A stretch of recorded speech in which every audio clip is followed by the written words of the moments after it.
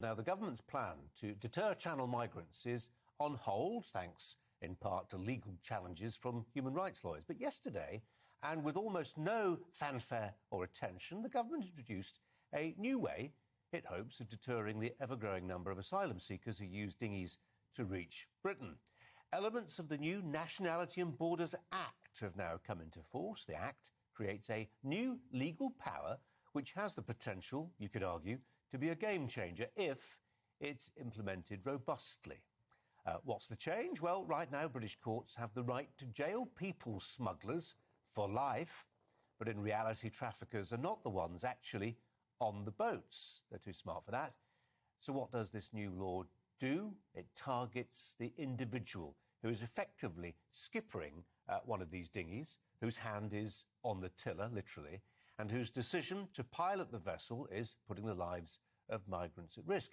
If asylum seekers knew that the person who took charge of their boat on the beach could face life in a British prison, is it possible that the number of migrants willing to take charge of the outboard motor, they all need one to get across the channel, might dry up, and with them, the number of illegal crossings? It's complicated, but there's something in this. Let's turn to the Director for the Centre for Migration and Economic Prosperity, Stephen Woolfe, who joins me now. And Stephen, you've pondered on many occasions, including with me, on how it is possible to mount an effective deterrence. Is there something in this, do you think?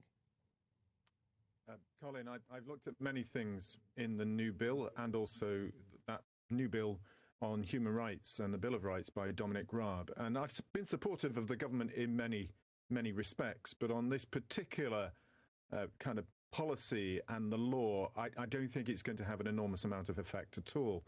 And let me give you a reason why. By 3:30 a.m. this morning, the French frigates were already collecting the ribs full of migrants, Channel migrants, and they were putting on board their boats. And then they transferred them to our ships. So this morning, there were 3 Royal Navy ships out there, along with 4 Border Force ships.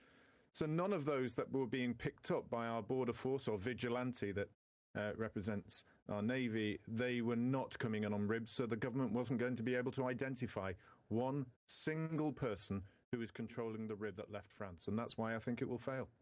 Well, that's absolutely fascinating and depressing. I mean, it's a misnomer, the idea that I was introducing there at the top of the programme, that somebody on the beach, somebody's deputed to be, in quotes, a pilot or a skipper in a de facto way. They're the ones with the hand on the outboard motor. And if we, the British government or Border Force, could intercept that dinghy, could take a picture, for instance, of the person with a hand on the tiller, they could then offer up some exemplary sentences, for instance, years on a stretch, because, after all, this is somebody who's agreed effectively to take charge of this dangerous crossing. But what you're saying, Stephen, is actually increasingly that those dinghies aren't even involved, at least not in our waters where it would matter. Exactly, and that's why I think that you're quite right, that if a Royal Navy, Border Force, or indeed anybody who had the capability of taking those photographs could do so, they would have to be in our waters. They couldn't be in the French waters.